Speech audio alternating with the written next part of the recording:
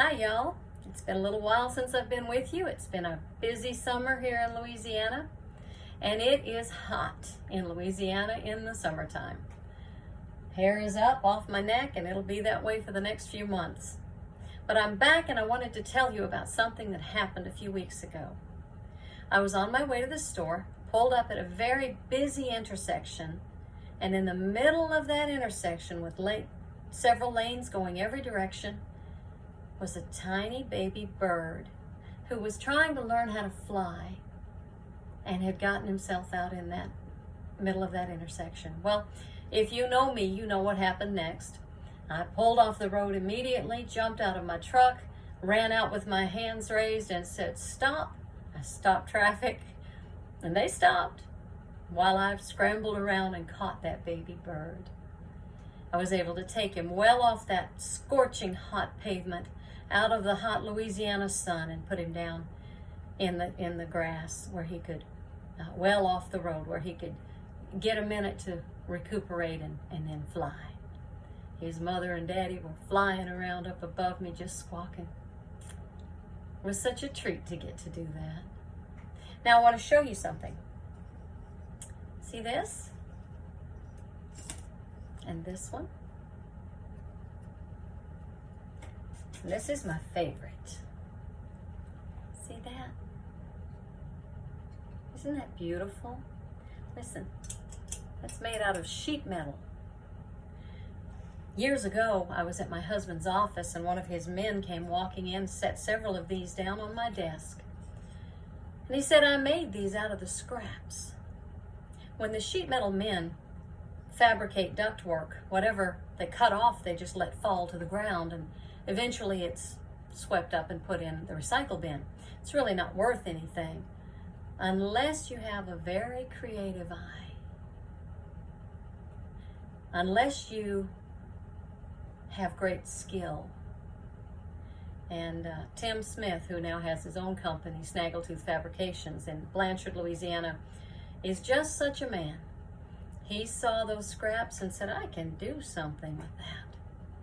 He's made a lot of really pretty things, not including all of the beautiful crafts that he's done. He is excellent at sheet metal work of any kind. So I have several of these on my desk, but one day I was looking at this one and I got very emotional because I realized that this little flower represents my life. You see, at one point in my life, I had made a series of bad decisions.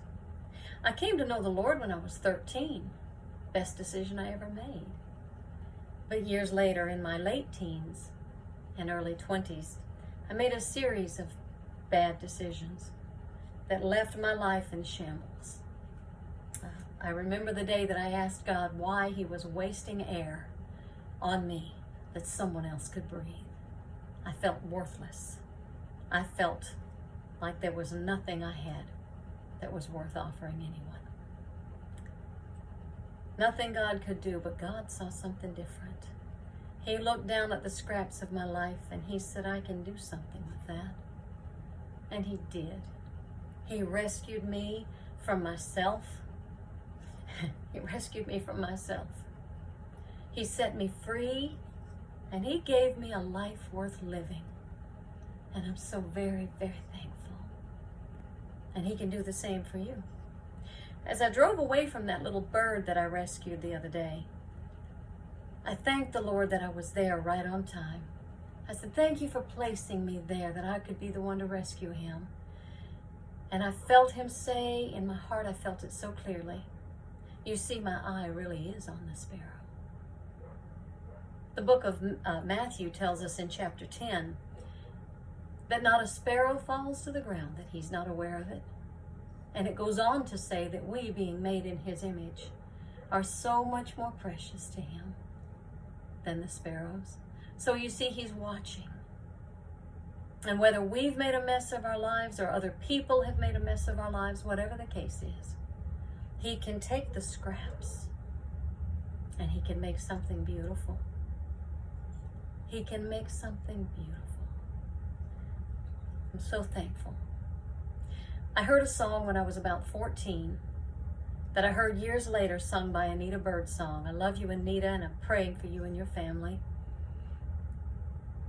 She sang this song and touched my soul. The chorus says it so clearly. I sing because I'm happy. I sing because I'm free. His eye is on the sparrow, and I know he watches me. His eye is on the sparrow,